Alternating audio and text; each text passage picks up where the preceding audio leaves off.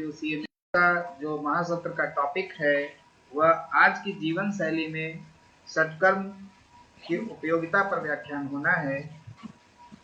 आज के इस कार्यक्रम को शुभारंभ करने से पूर्व हम गणेश वंदना करेंगे। सभी कमर गर्दन सीधी करेंगे। ध्यानात्मक आसन में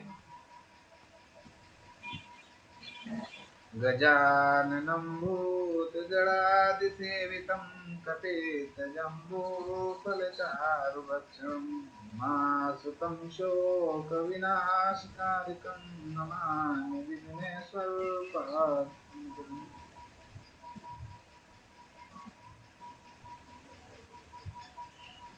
धन्यवाद देना चाहती हूँ ऋषि को यूपीठ का, जिन्होंने मुझे इस मंच पे आकर के बोलने का, अपने विचार रखने का मौका दिया।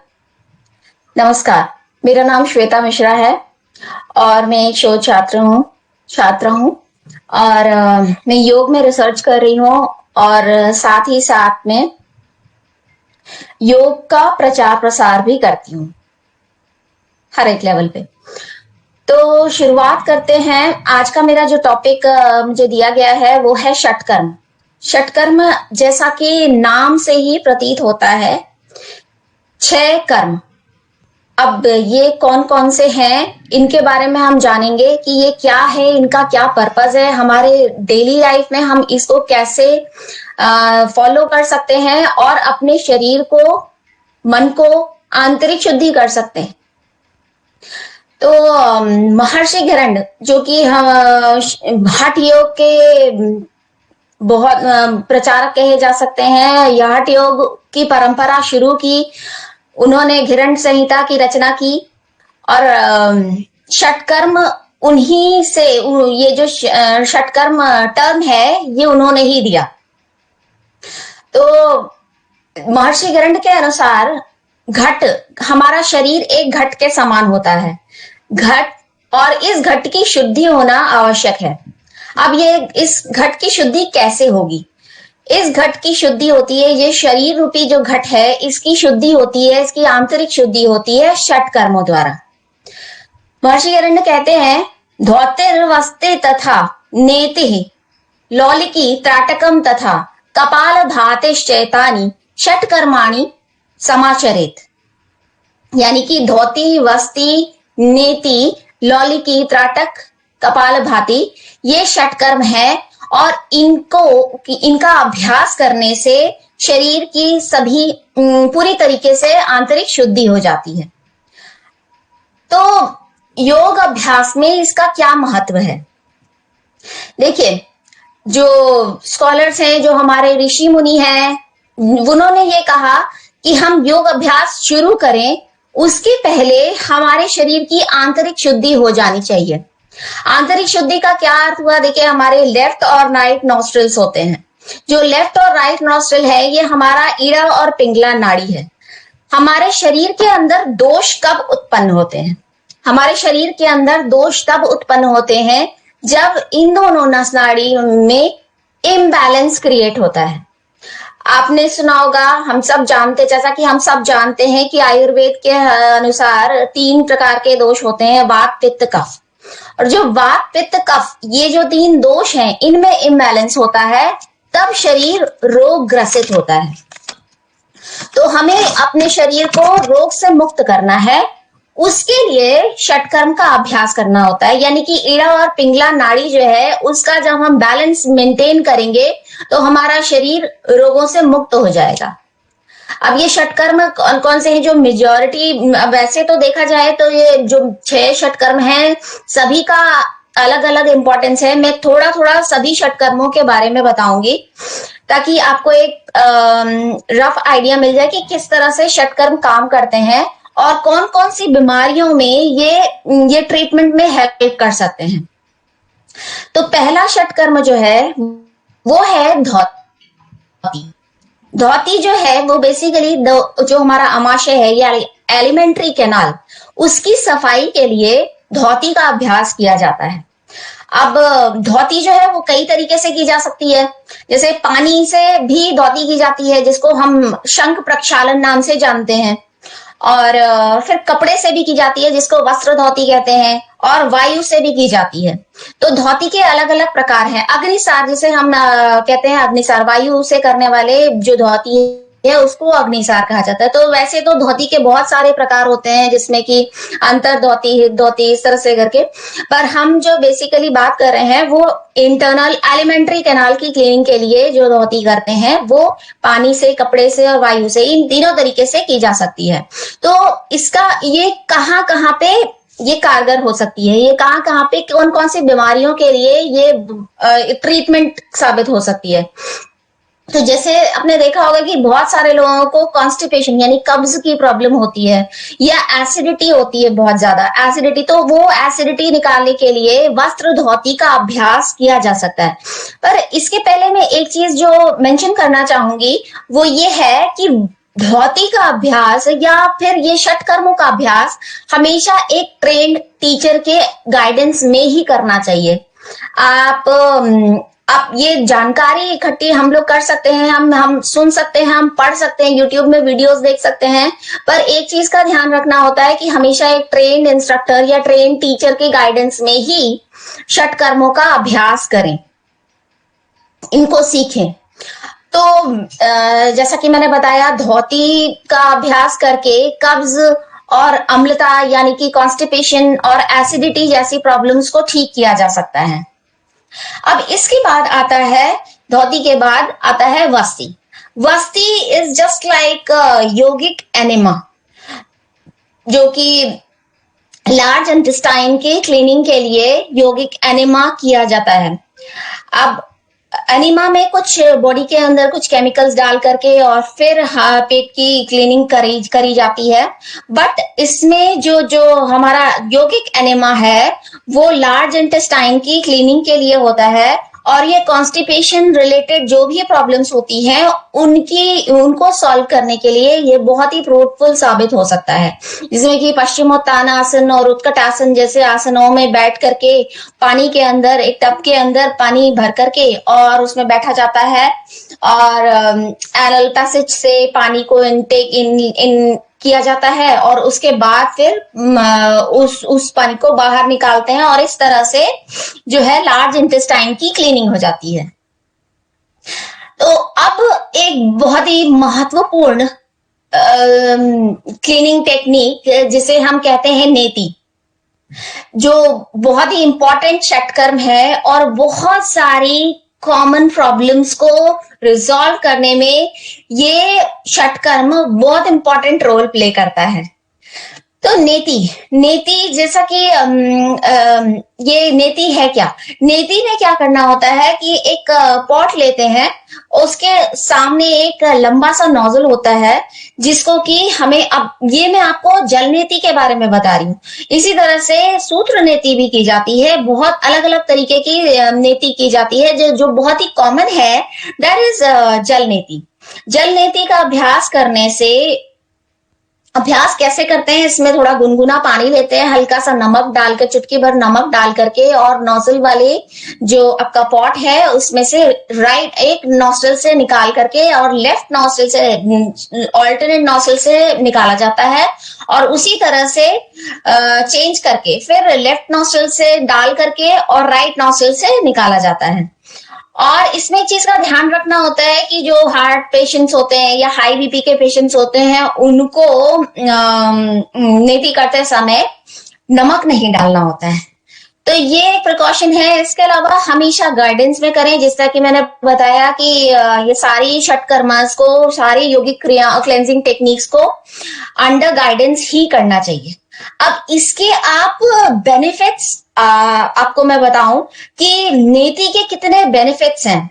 नेति जो है वो आपके रेस्पिरेटरी ट्रैक्ट को, आपका जो ये नासिका तंत्र है उसको पूरी तरह से क्लीन कर रहा है। You can say it's like an ENT doctor.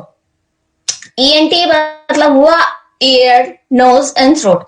तो जब आप नेति क्रिया की प्रैक्टिस करते हैं, इट्स जस्ट लाइक, आप समझिए कि आप अपने ये तीनों पार्ट्स को क्लीन कर रहे हो, और it behaves like an ENT doctor. इस चीज को आपको ध्यान में रखना है। अब कौन कौन सी प्रॉब्लम्स, कौन कौन सी जो कॉमन एलिमेंट्स है उनको ठीक करने में नीति plays a very important role. जैसे कि हेडेक है, बहुत सारे लोगों को अक्सर हेडेक होता रहता है, सर में दर्द होता रहता है, तो या फिर माइग्रेन की प्रॉब्लम है, साइनसाइटिस है, ब्लॉकेज होता रहता है नाक के अंदर, नासिका के अंदर, जो आपका नेजल ट्रैक है वो ब्लॉक होता रहता है, या आंखें कमजोर हैं, हाँ, बहुत ज्यादा आंखों से पानी निकलता है whenever you are watching TV, whenever you are watching mobile, या बहुत ज्यादा देर तक पढ़ लिया तो आंखों से पानी निकलने लगता है। तो उनके लिए नीति का अभ्यास बहुत कारगर हो सकता है। उसके अलावा सोर थ्रोट, जैसे कभी कभार गला बहुत ज्यादा खराब होता है, तो गले को ठीक करने के लिए भी नीति का अभ्यास इज वेरी यूजफुल। अब बहुत सारे लोगों को वाणी से संबंधित नाड़ियां भी उत्तेजित हो जाती हैं जब हम नीति का अभ्यास करते हैं। और आई से रिलेटेड प्रॉब्लम्स, जैसे आंखों में कुछ प्रॉब्लम है, बहुत सीवियर प्रॉब्लम, जैसा कि मैंने पहले अभी भी बताया कि आंखें कमजोर हैं, चश्मा भी निकल सकता है, उतर सकता है नीति के रेगुलर प्रैक्टिस से। बहुत सारी एलर्जीज होती हैं, वॉइस रिलेटेड प्रॉब्लम्स होती हैं, गले में कुछ प्रॉब्लम हो गई लोगों के, तो वो प्रॉब्लम सॉल्व हो सकती है just with the practice of नीति। अब एस्थमा है, एस्थमा यानी कि सांस लेने में जिनको दिक्कत होती है, दमा जिसे कहते हैं, और ब्रोंकाइटिस है, इंसोम्निया, इंसोम्निया मतलब कि नींद नहीं आती, उनको ढंग से नींद नहीं आती है, और बहुत ज्यादा टायर्डनेस लगती है, टायर्डनेस हर समय थका थका सा महसूस करते हैं, और फटीग है कि लगा कि काम नहीं हो पा रहा है, उनका शरीर बहुत जल्दी जल्दी थक जाता है, तो उस केस में भी। और जैसे बहुत सारे लोगों की नाक के भीतर की हड्डी बढ़ी हुई होती है, उसमें भी जल नीति की प्रैक्टिस बहुत हेल्पफुल होती है। और माइंड रिलैक्सेशन के लिए, माइंड जैसे बहुत ज्यादा डिस्टर्ब्ड है, कभी कभार बहुत ज्यादा काम हो गया ऑफिस में या घर के अंदर भी, जैसे जो होम मेकर्स हैं उनको भी बहुत ज्यादा स्ट्रेस हो जाता है just because of so many things going around, तो उसमें भी माइंड रिलैक्सेशन के लिए भी जल नीति हेल्प्स अ लॉट। आप कभी बार आपने देखा होगा कि ये सीजन जो है इस टाइम में, खास करके अगर मैं दिल्ली एनसीआर की बात करूं, तो दिवाली के जस्ट बाद का जो सीजन होता है उसमें बहुत ही ज्यादा पोल्यूशन का लेवल हाई होता है। तो उस दौरान जब भी आप बाहर से आए, कहीं भी मार्केट से होकर के आए, किसी भी ऐसे भीड़ भाड़ वाली जगह से होकर के आए, तो आप नीति का प्रैक्टिस जरूर करें। नीति के प्रैक्टिस से जो ये नेजल कंजेशन है, जो कि नेजल ब्लॉकेज हो जाता है, उसमें बहुत हेल्पफुल होता है, और ये पूरी तरह से क्लियर हो जाता है रेस्पिरेटरी ट्रैक्ट हमारा। अब अगला अगली जो प्रैक्टिस है वो है आपकी लॉली की, या जैसे कि नॉली भी कहते हैं। अब ये नॉली क्या है? Nauli is, you can say it's a modified form of Agnisar kriya. जैसा कि हमने पहले सुनी थी, पहला जो मैंने बताया था आपको, धोती के अंतर्गत ही आती है या अग्निसार क्रिया, जिसमें कि पेट को अंदर बाहर चलाया जाता है। अभी उसी का थोड़ा सा और मॉडिफाइड फॉर्म है, जो थोड़ा सा और इम्प्रोवाइज, अब कह सकते हैं कि एडवांस फॉर्म है। उसमें क्या करना होता है, नॉली यानी कि पेट को घुमाना, जो अंदरूनी मसल्स हैं उनको घुमाना होता है। घुमाने के अलग अलग तरीके होते हैं। तो ये भी एक बहुत ही इंपॉर्टेंट और बहुत ही इफेक्टिव टेक्निक है, क्लेंजिंग टेक्निक है, जो कि हमारे इंटरनल सिस्टम को क्लियर करती है। नॉलिकी का जो बहुत अच्छा मैं कहूंगी कि बेनिफिट है, वो ये है कि ये जठराग्नि को दीप्त करती है। अब जठराग्नि यानी कि पेट के अंदर जो फायर है उसको उद्दीप्त करती है। मतलब जैसे बहुत सारे लोग होते हैं जिनको भूख नहीं लगती है बहुत, या फिर कई बार खाएंगे तो इनडाइजेशन सा फील होता है, तो उन प्रॉब्लम्स को सॉल्व करती है और ब्लड सर्कुलेशन को इम्प्रूव करती है। लॉलिकी plays a very important role in improving the blood circulation of the body. और कॉन्स्टिपेशन में भी हेल्प करती है। जैसे कि अग्निहसार क्रिया है, उसी तरीके से ये आपका लौलिकी जो है वो भी इसमें हेल्प कर सकती है कॉन्स्टिपेशन को इम्प्रूव करने में। और जो लोग इसको प्रैक्टिस करते हैं ऑन अ रेगुलर बेसिस, उनको हर्निया जैसी प्रॉब्लम्स कभी नहीं होती हैं, जो लौलिकी को रेगुलर बेसिस पे प्रैक्टिस करते हैं। अब इसके बाद जो पांचवी योगिक क्लेंजिंग टेक्निक, यानी कि आपने कोई लौ रखी या कुछ भी एक कैंडल रखी और वहां पे आप अपना पूरा ध्यान लगा रहे हो, आप अलग होके उस पॉइंट को देख रहे हो और आपको अपनी पलक नहीं झपकानी है। कब तक नहीं झपकानी है? जब तक आपके आंसू ना निकलने लगे, आंखों से पानी ना टपकने लगे।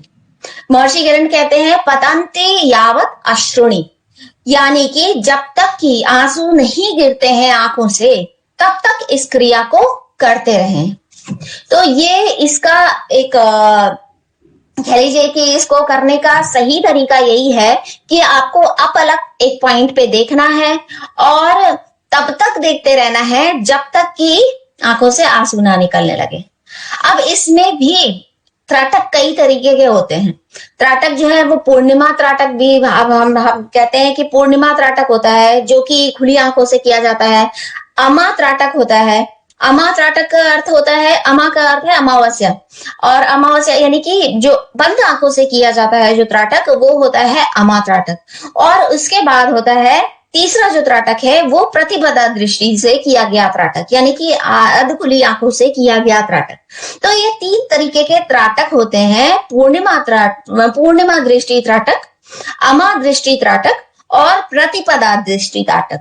अब ये 3 त्राटक 3 अलग अलग तरीकों से किए जाते हैं और उसमें भी त्राटक में भी बहुत सारे तरीके होते हैं। जैसे कि आप आपने कोई सफेद दीवार और उसके ऊपर आपने काला बिंदु लगाया और वहां पे आप बहुत गौर से देख रहे हैं, उस काले बिंदु पर आप कंसंट्रेट कर रहे हैं, वो बिंदु त्राटक कहलाता है। उसी तरह से आप लौ के ऊपर त्राटक कर सकते हैं, मोमबत्ती की लौ के ऊपर कर सकते हैं, दीपक पे दिया त्राटक कर सकते हैं, और चंद्रमा पे भी त्राटक किया जाता है। जब पूर्णिमासी की रात होती है तो चंद्रमा पे त्राटक किया जाता है।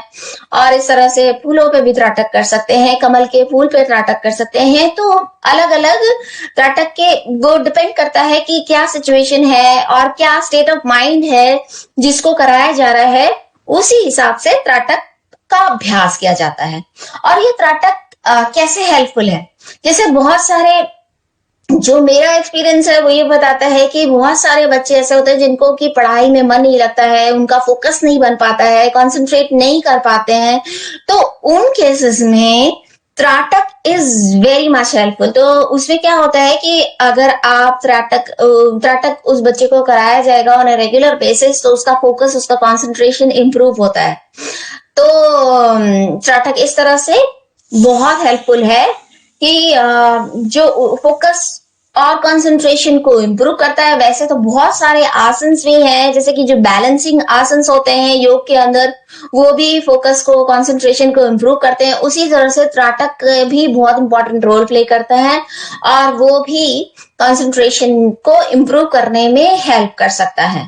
पर इसके कुछ रिस्ट्रिक्शंस होते हैं जो कि it should be taken care of, कि जैसा कि मैं बार बार बोल रही हूँ कि हर किसी को और ऐसे ही देख करके त्राटक नहीं करना है। Trataka meditation is a very spiritual kind of practice. तो इसको हमेशा गाइडेंस में, एक टीचर की गाइडेंस में करिए, so that you can get maximum benefits out of it.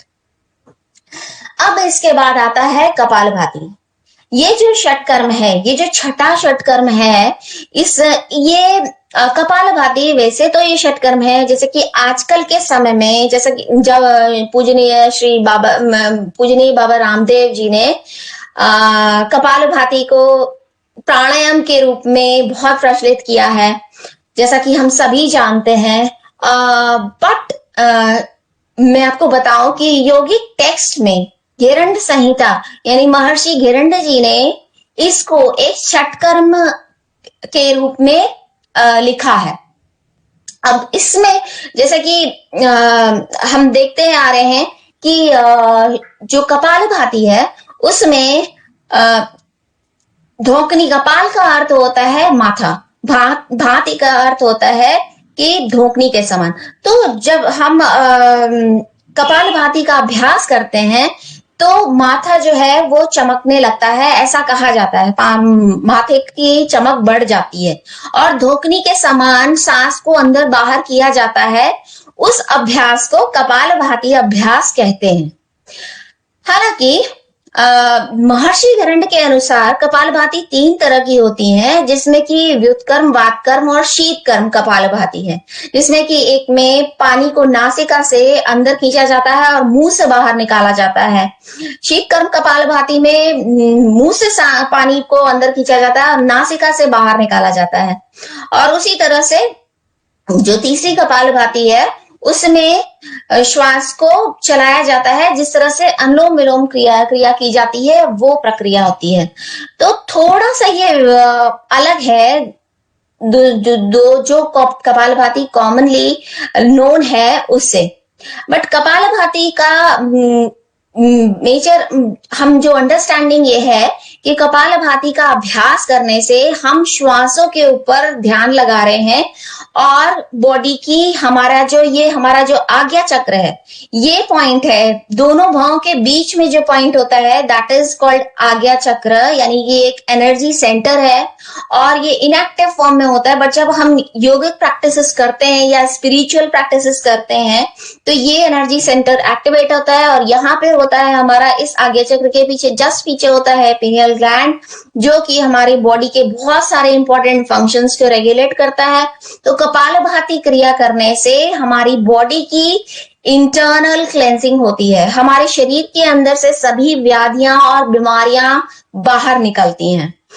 तो ये था मतलब जो षटकर्म, मेन जो षटकर्म है उनके बारे में मैंने आपको बताया कि जो षटकर्म किस तरह से हमारे में और मैं एक बात बताऊं कि जो नेति क्रिया, इसमें से कुछ षटकर्म हैं जो रेगुलर बेसिस पे प्रैक्टिस किए जा सकते हैं, पर कुछ षटकर्म ऐसे भी हैं जिनके लिए कुछ रेस्ट्रिक्शंस होती हैं, उनको रेगुलर बेसिस पे नहीं प्रैक्टिस किया जाता है। जैसे कि धौती क्रिया के अंतर्गत शंख प्रक्षालन क्रिया आती है, जो कि वारिसार धौती जिसे हम कहते हैं, उसको 6 महीने में एक बार ही उसका अभ्यास किया जाता है, क्योंकि वो एक बहुत ही स्ट्रॉन्ग प्रैक्टिस है, बहुत ही इफेक्टिव प्रैक्टिस है, लेकिन वो हमारे एलिमेंट्री कैनाल के लिए वो रेगुलर बेसिस पे प्रैक्टिस नहीं किया जा सकता है। उसको 6 महीने में जब चेंज ऑफ वेदर होता है तभी उस प्रैक्टिस को उस प्रैक्टिस को किया जाता है, उस अभ्यास को किया जाता है।